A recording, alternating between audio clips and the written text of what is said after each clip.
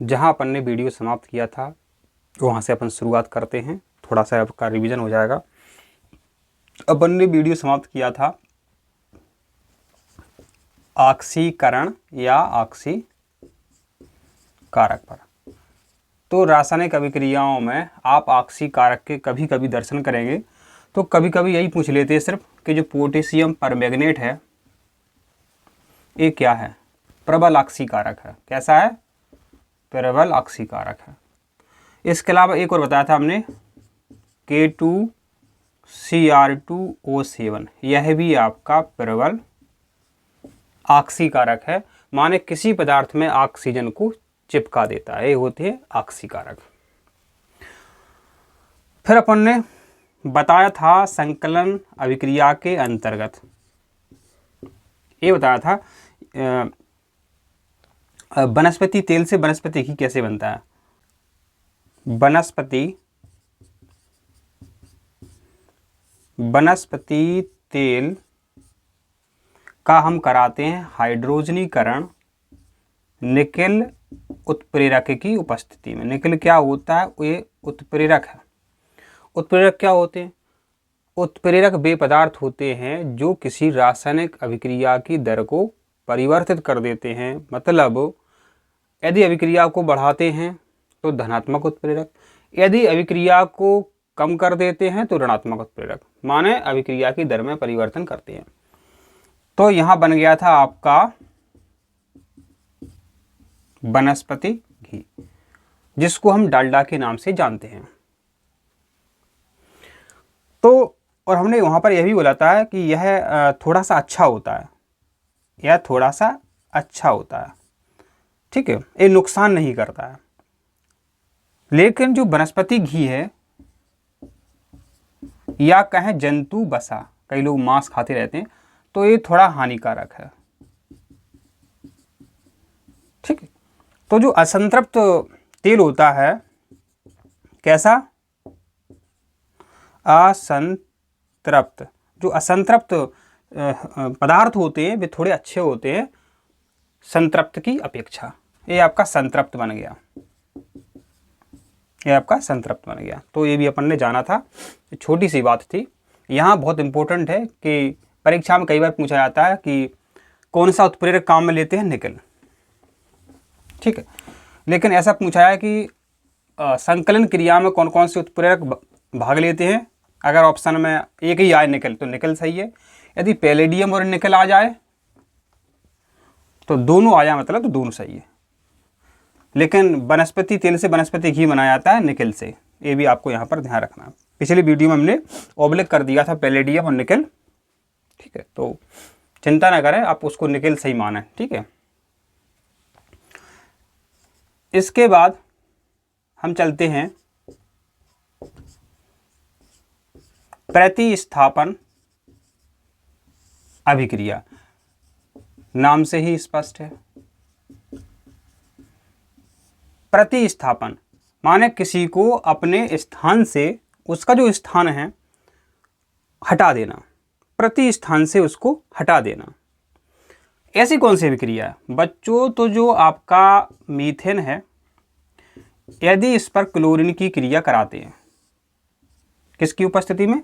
सूर्य प्रकाश की उपस्थिति में, सूर्य प्रकाश। तो क्रिया इस प्रकार होती है कि क्लोरीन जो है एक हाइड्रोजन को हटा देता है, तो यहाँ फिर अपने हाइड्रोजन बचेंगे तीन हाइड्रोजन बचेंगे। एक हाइड्रोजन की जगह आपका क्लोरीन आ जाएगा और यहाँ पर आपका क्या निकलेगा? इसको छोड़ो, आपको इतना ही ध्यान रखना, मेथिल क्लोराइड। पुनः क्रिया होगी फिर, वैसे तो यहाँ HCl निकल जाएगा अपना। अब यहाँ आपका यहाँ पर हाइड्रोक्लोरिक अम्ल निकल जाएगा। दोबारा देखो, ये आपका देखो सिंपल है, CH3Cl है, इसकी क्लोरीन से क्रिया फिर हुई सूर्य प्रकाश की उपस्थिति में, तो एक हाइड्रोजन इसका और हट जाएगा। तो अब बचे आपके क्या? CH2 बचे, Cl आपकी एक और आ जाएगी, तो यहाँ आपका हो जाएगा CH2Cl2। आप जैसे ही कॉपी में इसको लिखेंगे समझ में आ जाएगा। अब देखना CH2Cl2 है, इसकी क्रिया क्लोरीन से होती है सूर्य प्रकाश की उपस्थिति में। तो देखो एक हाइड्रोजन इसकी फिर हट जाएगी, अब यहाँ आपकी बचेगी CH बचेगी, एक हाइड्रोजन हटी तो एक क्लोरीन आई, अब आपके क्लोरीन हो गए 3। अब आपका है CHCl3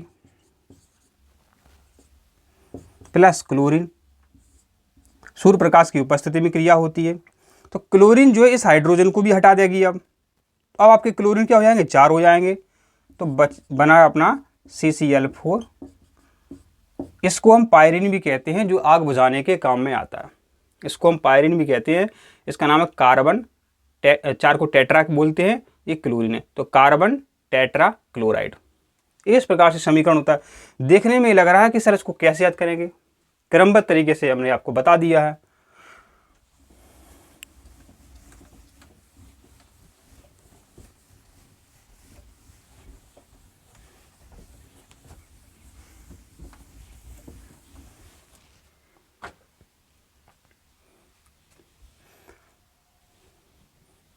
अब आपका है कि जो आपकी शराब अब आपका है जो एथिल अल्कोहल है आपका C2H5OH, जो आपका एथिल अल्कोहल है, इसके बहुत सारे उपयोग थे, अभी अपन ने जाने थे इसके बहुत सारे उपयोग थे। तो बच्चों इससे जो एसिटिक अम्ल बनता है, जिसको अपन विनेगर भी कहते हैं, सिरका भी कहते हैं, तो बच्चों ये 3 से लेकर के 4% का एसिटिक अम्ल का जल में 3 से 4% का विलयन विनेगर कहलाता है।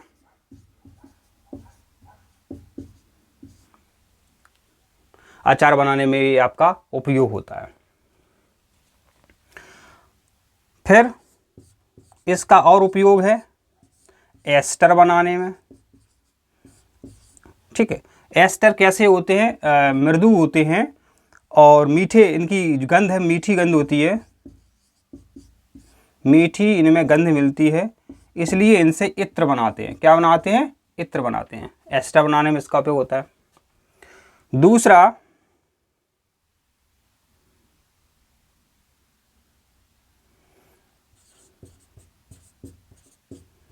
वैसे तो ये कठिन है, सोडियम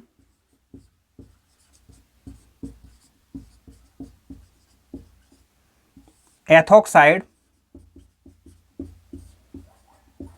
सोडियम एथॉक्साइड बनाने में भी इसका उपयोग होता है। ठीक है, इसके अलावा जो आपकी शराब है, मानो जो एथिल अल्कोहल है C2H5OH आपकी जो एथिल अल्कोहल है, यदि इसमें हम गर्म H2SO4 मिला दें, गर्म और कैसी सांद्र, सांद्र माने गाढ़ी, तो H2SO4 तो खतरनाक तेजाब है। जब इसको इसमें मिलाएंगे तो एकदम आग सी लग जाएगी, और आग लगेगी तो पानी निकलेगा। सीधी सी बात है कि नहीं है, भाप बनेगी मतलब पानी निकलेगा। तो पानी निकलेगा तो बच्चों, पानी आप सोच सकते हो पानी कैसे निकलेगा। OH तो यहाँ पर है आपकी, एक H यहाँ से निकलेगा। अब आपका पानी का सूत्र बन जाएगा, एक H यहाँ से निकलेगी, तो इसको देखो इस तरीके से अपन सोच लो,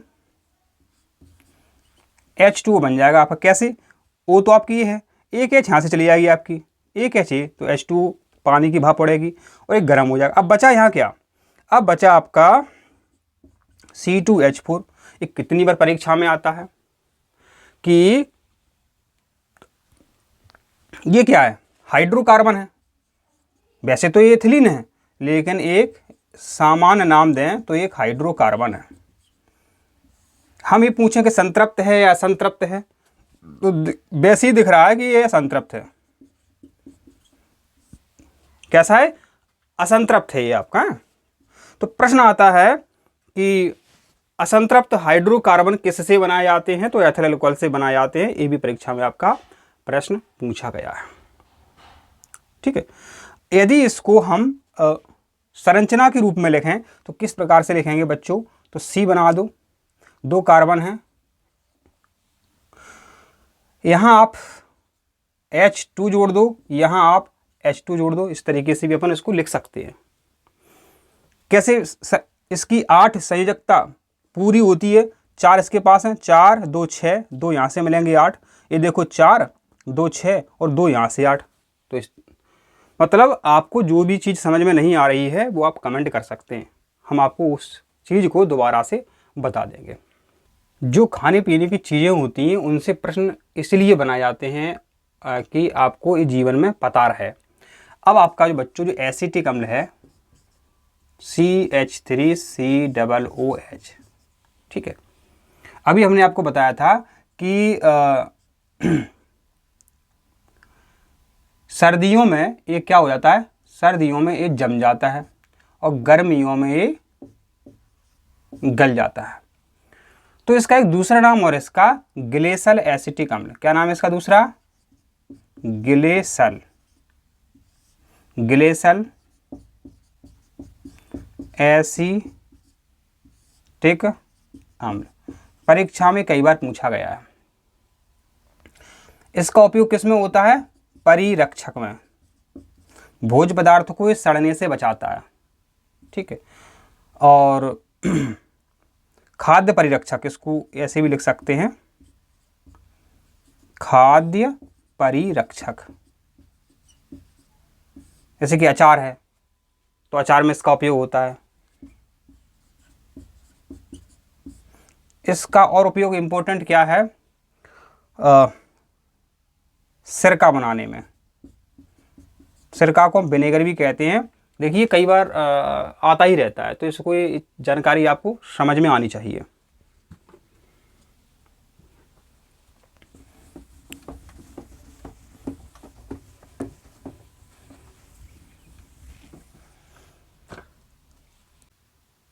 अब आपको समझना है कि जो दहन होता है, जैसे कोयला है, कोयले को ऑक्सीजन की उपस्थिति में जलाते तो सिंपल सी बात है, सबको पता है कार्बन डाइऑक्साइड बनती है।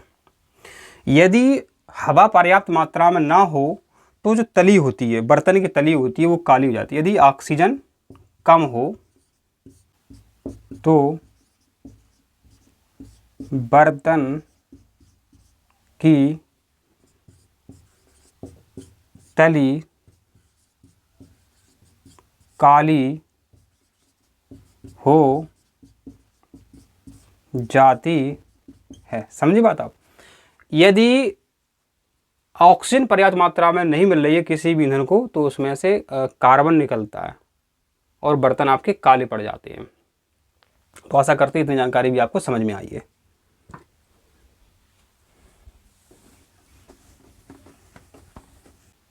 अब आपको समझना है कि साबुन क्या होता है और अपमार्जक क्या होते हैं, ठीक है। साबुन क्या होते हैं और अपमार्जक क्या होते हैं। अगर हम बायोलॉजी की बात, अभी केमिस्ट्री पढ़ रहे हैं, यदि बायोलॉजी की बात करें तो बैक्टीरिया हैं, कवक हैं, वो क्या होते हैं? अपमार्जक होते हैं। अपमार्जक माने साफ करने वाले। जो जीव मर जाते हैं उनको अपमान होता है दूर करना, तो मरे हुए जीवों को दूर करना, ठीक है, का काम कौन करता है? अपमार्जक करते हैं, उन्हें अपमार्जक करते हैं। मरे हुए जीवों को दूर करना किसका काम है? अपमार्जक का काम है। अब साबुन क्या है? अब साबुन की जो परिभाषा होती है, साल भर रटते रहते हो, ये सिंपल सी चीज़ें हैं। अभी तो देखिए इसमें लिखना नहीं पड़ेगा, ठीक है। यदि आपका 10वीं का पीरियड होता है तो बिल्कुल आपको उसी तरीके से लिखाते तो यही है, थोड़ा उसमें और हो जाता है। अब देखिए सरल कैसे है। देखिए ये हमने कार्बन की लंबी श्रृंखला बना दी, 2 3 4 5 6 7 8 9 10 11 ऐसी हो सकती है, ठीक है। और बच्चों अभी आपको पता होना चाहिए ये क्या हो गया है? कार्बोक्सिलिक अम्ल। हमने बताया था ये क्या है? कार्बोक्सिलिक अम्ल है। एक अपन ने बताया था वहां पर कि जो फार्मिक अम्ल है HCOOH, ये यही तो है। इस तरीके से लिख दो, ऐसा कर दो, H बॉन्ड COOH, यही तो है COOH। तो ये क्या है? कार्बोक्सिलिक अम्ल है। COOH को क्या बोलते हैं? कार्बोक्सिलिक अम्ल। IUPAC नाम बनाते हैं तो ओइक हो जाता। क्या? ओइक। ये अपन ने बताया था, तो इतना आपको पहले से ही पता है। ये क्या है इतनी लंबी? ये कार्बन की श्रृंखला है। ये क्या है? कार्बन की लंबी श्रृंखला। जब अपन यहां से इसकी परिभाषा देखो, साल भर क्या होता है पता नहीं, आप कैसे कैसे पढ़ते हैं याद नहीं होता है। अब परिभाषा जो होती है साबुन की वो इस तरीके से बनती है। फोन वाले परेशान करते हैं। साबुन देखो ये इतनी लंबी श्रृंखला है, और बड़ी हो सकती है, छोटी भी हो सकती है, बड़ी भी हो सकती है। साबुन लंबी कार्बन श्रृंखला वाले, साबुन लंबी कार्बन श्रृंखला वाले कार्बोक्सिलिक अम्ल के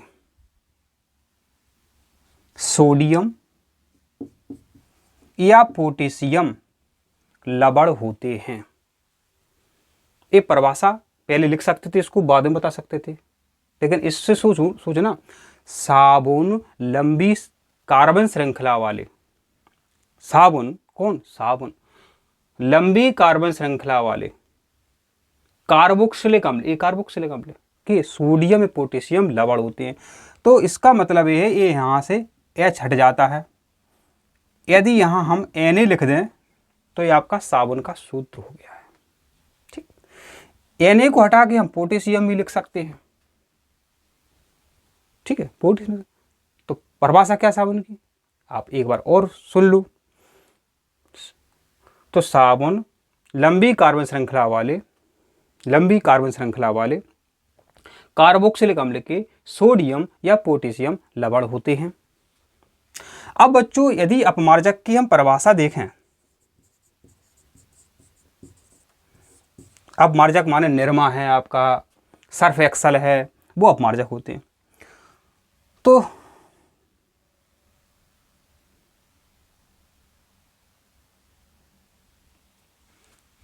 अपमार्जक की परिभाषा जो है, तो यह जो है अपमार्जक लंबी कार्बन श्रृंखला के, लंबी कार्बन श्रृंखला के सल्फोनिक, सल्फोनिक या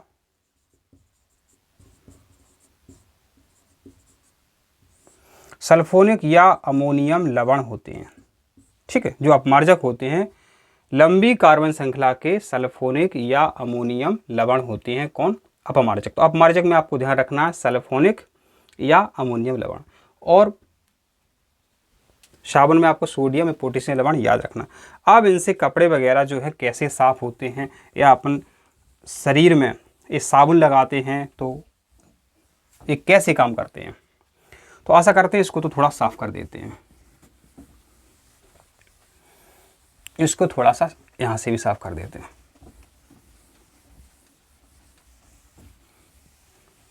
साबुन के दो सिरे होते हैं। जब साबुन को पानी में घोलते हैं या अपमार्जक को पानी में घोलते हैं तो उससे दो सिरे बनते हैं। ठीक है, तो एक सिरा उसका नाम है जलरागी। ठीक है, जलरागी को हम अंग्रेजी में कहते हैं, कभी कभी अंग्रेजी ही आ जाती है, हाइड्रोफिलिक, अंग्रेजी ही लिख देते हैं। दूसरा सिरा होता है जल विरागी, जिसको कहते हैं हाइड्रोफोबिक, हाइड्रोफोबिक। ठीक है, कभी कभी अंग्रेजी ही वो दे देते हैं, हाइड्रोफोबिक। तो रागी का मतलब, विरागी का मतलब क्या है? हिंदी में आपने विलोम शब्द याद किए होंगे, राग, राग, विराग, किया है? राग विराग, अनुराग विराग। रागी माना होता है प्रेम, और विराग माना होता है दूर हो जाना, दूर होना। ठीक, दूर होना, चाहे मोह माया हो या कुछ भी हो। तो ठीक है, तो रागी माना होता है प्रेम, स्नेह। ठीक, और विराग माना होता है दूर होना। तो इसके दो सिरे हो गए, ये भी अपन ने यहाँ समझ लिया। अपन ने, आपने इसको जैसे ही समझा, अब उत्तर आपके सामने जो है तैरने लगेगा। कैसे तैरने लगेगा समझो।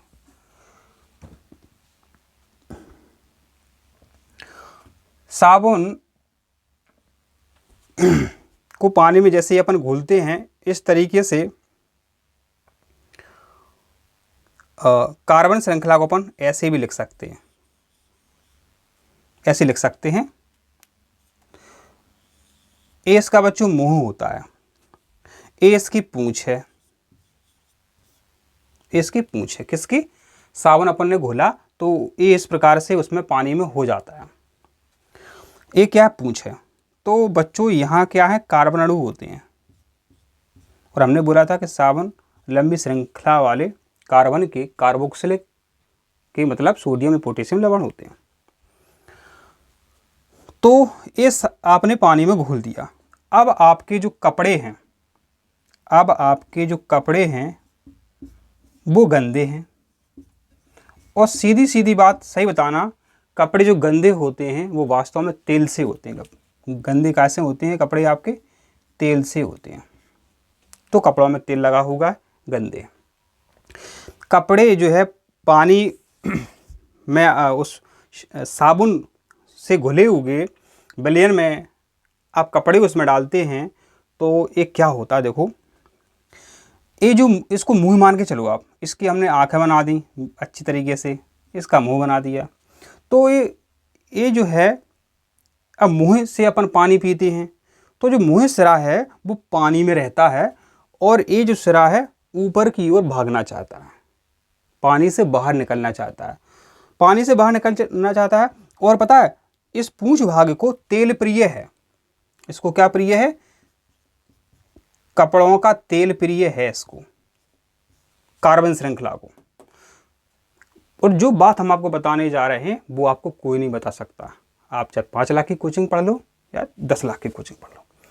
आपने बच्चों देखा होगा, जो बाइक आप जाते हो सर्विस कराने मैकेनिक के पास, तो उसको जो औजार वगैरह होते हैं, जो पुर्जे होते हैं, माने पुर्जे मान लो, आप सर्विस कराने गए तो पुर्जे जो है वो किससे धोता है, वो पुर्जे धोता है आपके उस गाड़ी की पेट्रोल से। और एकदम वो साफ हो जाते हैं, ये भी आपको पता है। पेट्रोल से वो पुर्जे धोता है, गाड़ी साफ करता है। और पुर्जों में क्या है, भयंकर ऑयल लगा होता है और इससे वो प्रेशर से वही पाइप लगा लेता है टंकी में से और एकदम साफ हो जाते हैं आपके पुर्जे, इंजन वगैरह सब कुछ साफ। तो बच्चों जो पेट्रोल क्या है, अभी अपन ने देखा था, पेट्रोल क्या, कार्बन है, कार्बन की श्रृंखला होती है। पेट्रोलियम पदार्थ क्या है, कार्बन ही तो है। और साबुन में भी बच्चों तो कार्बन की श्रृंखला है। तो जो पेट्रोल तेल से चिपक जाता है, जब पेट्रोल से कोई पुर्जे गाड़ी के साफ करते हैं, ऐसे साफ करते हैं ब्रश से, तो तेल पेट्रोल की दोस्ती अच्छी है, तो तेल पेट्रोल से चिपक जाता है और अपने साथ उसको बहा करके गिरा देता है और साफ कर देता है। माने पेट्रोल क्या है, कार्बन है। अब इसको ऐसे और समझो, यदि बच्चों पानी का विलयन है, पानी का विलयन है, उसमें आप पेट्रोल मिलाओ तो पेट्रोल ऊपर आ जाती है, पेट्रोल ऊपर आ जाती है। समझ रहे हैं ना। इसी प्रकार बाल्टी में आपके गंदी कपड़े हैं, कपड़ों में तेल लगा हुआ है, और जो साबुन है लंबी कार्बन श्रृंखला वाले, ठीक है, सोडियम कार्बन श्रृंखला वाले कार्बोक्सिलिक अम्ल का सोडियम या पोटेशियम लवण है। तो जो कार्बन श्रृंखला बच्चों आपके कपड़ों के तेल से चिपक जाती है, और जिस प्रकार से तेल ऊपर आ जाता है ना, उसी प्रकार ये जो कार्बन श्रृंखला है कपड़े के तेल से चिपक जाती है और तेल को बाहर निकालती है और पानी से ऊपर जाती है, ठीक है, और आपके कपड़े साफ हो जाते हैं, ठीक है। तो ये प्रश्न कई बार बनता है कि जो पूंछ सिरा है, पूंछ सिरा है, ये तेल प्रिय होता है, जल प्रिय होता है। पूंछ सिरा तेल प्रिय होता है। इसका जो मुख सिरा है साबुन का, वो कैसा है, ये जल प्रिय है। मुंह को पानी प्रिय होता है। तो ये देखो हमने इतनी अच्छी ट्रिक से बताया, किसी ने बताया तो बताया, पता नहीं, हमने ये अच्छे उदाहरण समझाया। बच्चों आपने देखा होगा कई पदार्थ ऐसे होते हैं वो पेट्रोल में ही घुलते हैं। जैसे बार्निश है, आप बार्निश ले आए बाजार से, पानी में घुल सकते हो, नहीं घुल सकते हो, उसको आपको पेट्रोल में ही घोलना पड़ेगा। पेट्रोल में ही घोलना पड़ेगा, या तारपीन का तेल देता है वो, उसमें घोलो तो आपकी जो बारनेस है वो घुल जाएगी। जो रोड का जो डामर होता है बच्चों, पानी में नहीं घुलेगा, डामर आपका पेट्रोल में ही घुलेगा, माने कार्बनिक विलायकों में घुलते हैं। ठीक, कार्बनिक पदार्थ कार्बनिक विलायकों में ही घुलते हैं। तो यहाँ समझा अपन ने कि जलरागी स्राव होता है, जलविरागी स्राव होता है। और हाँ, इस प्रकार से के बच्चों बहुत सारे गुच्छे बन जाते हैं और तेल को पकड़ पकड़ के, गुच्छों में पकड़ पकड़ के बाहर लाते हैं। बहुत सारे ऐसे गुच्छे बन जाते हैं, तो उनको अपन क्या बोलते हैं? मिसेल बोलते हैं। क्या बोलते हैं? मिसेल। समझो, जब कोई काम होता है और बहुत सारे लोग मिलकर के करते हैं, ठीक, तो तेल को मसल देते हैं, मसल मसल के बाहर निकालते हैं। ऐसे याद रख लो कि मिसेल, बहुत सारे गुच्छों का समूह क्या कहलाता है? मिसेल कहलाता है। ठीक है, तो ये मिसेल हो गया आपका। तो इतने अच्छे तरीके से हमने आपको समझाया। और साफ, अब देखो और चीज़ें क्या हैं। साबुन जो है बच्चों, आप जिससे नहाते हो वो साबुन हो गया। अब यहाँ जगह नहीं है, इसको थोड़ा सा और साफ कर देते हैं। बोर्ड साफ करने के बाद अपन क्या देखते हैं, अगर झाग देने वाली बात होगी, ठीक है, तो साबुन जो है यदि कठोर जल है, कठोर जल है तो उसमें साबुन झाग नहीं देता है। ठीक है, कठोर जल में साबुन झाग नहीं देता है और अपमार्जक कठोर जल में झाग देता है। आप सभी को पता है, जिस पानी में ऐसा कोई पानी है, कई बार पानी जो है खारा होता है। ठीक है, तो खारे पानी में क्या होता है? कैल्शियम या मैग्नीशियम के उसमें लवण होते हैं। कैल्शियम मैग्नीशियम के लवण होते हैं। क्या होते हैं? लवण होते हैं। समझ रहे हो? कैल्शियम मैग्नीशियम के उसमें लवण होते हैं, अरे पानी खारा है। ठीक है, तो कपड़े वगैरह जो है साफ़ नहीं होते हैं, और साबुन से यदि इस पानी में नहाते हैं तो अपने ऊपर ही चिपक जाता है। उसको अपन स्कम बोलते हैं। क्या बोलते हैं? स्कम बोलते हैं। यदि हम अपमार्जक जो होता है, घड़ी साबुन कहो, सर्फ एक्सेल कहो, एरियल कहो, तो बहुत झाग देता है। ये क्या होता है? बहुत झाग देता है, और इससे कपड़े अच्छे साफ़ होते हैं। कैसे होते हैं? इससे कपड़े अच्छे तरीके से साफ़ होते हैं।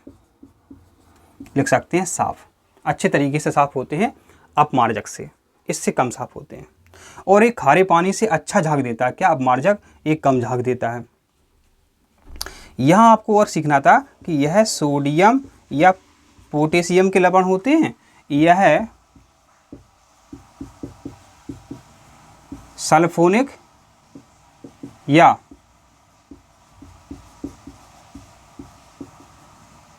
कार्बन श्रृंखला के सल्फोनिक या अमोनियम लवण होते हैं। ये भी अपन ने सीख लिया। अच्छा बताओ, खारा पानी है, हमने कई बार बताया कि खारा जो पानी है वो किसका स्रोत है? वो सोडियम लवण का स्रोत है, मैग्नीशियम लवण का स्रोत है। ठीक है, तो पानी जो खारा है, तो इस यदि हम नहाने वाले साबुन से अपन कपड़े साफ़ करेंगे तो बच्चों देखो साफ़ नहीं होंगे कपड़े, वहीं स्कम जम जाएगा, दही जैसा जम जाएगा और कपड़े आपके साफ़ नहीं होंगे। तो साबुन अपमार्जक के बारे में कुछ ऐसा पूछा जाता है।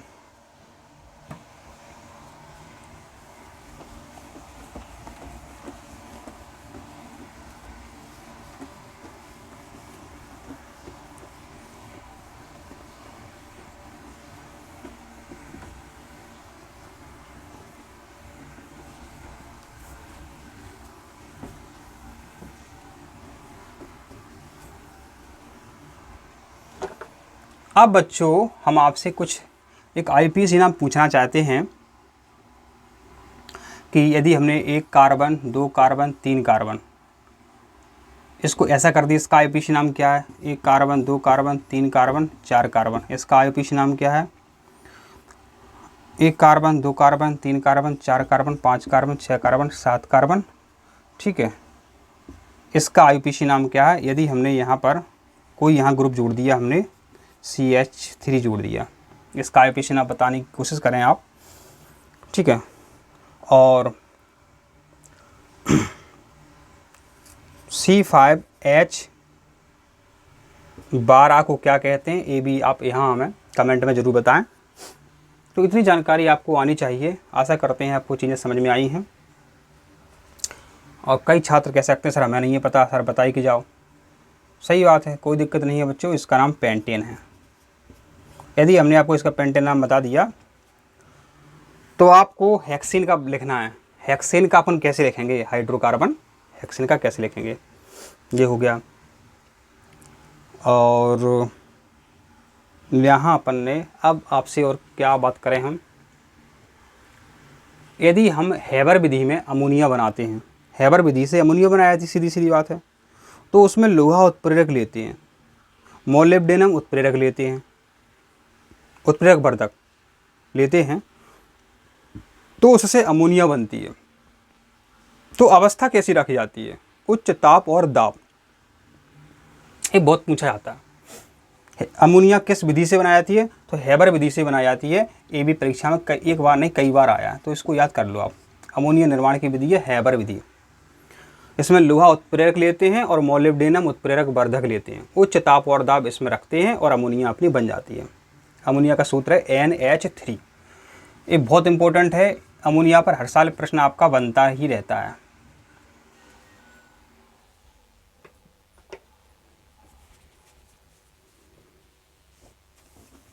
प्रिय छात्रों, कुछ IUPAC नाम और हैं, इनको आप बनाने की कोशिश करें। नहीं आते हैं तो हम बता देंगे, वैसे आपको बन जाएंगे। CH3 CH2 Br। नहीं बनते तो कमेंट कर देना, समझाने की जिम्मेदारी हमारी है, आप टेंशन ना करें।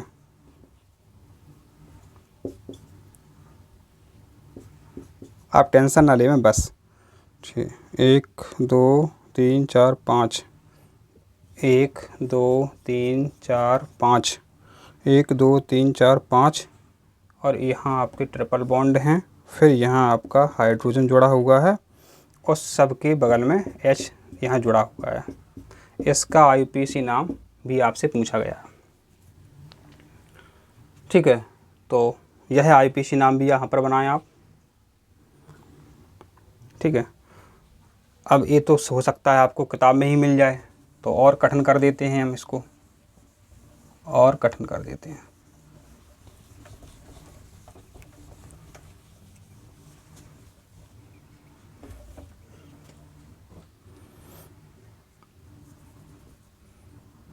एक 2 3 4 5 6 7 और यहाँ H जुड़ा हुआ है, और सभी के अगल बगल में अपन H जोड़ दें। तो इसका IUPAC नाम भी आपको बताना है। इसका IUPAC नाम क्या है, ठीक है। और आपको एक लिखना है, ब्रोमोपेंटेन का आपको सूत्र लिखना है। क्या लिखना है, ब्रोमोपेंटेन का आपको सूत्र लिखना है।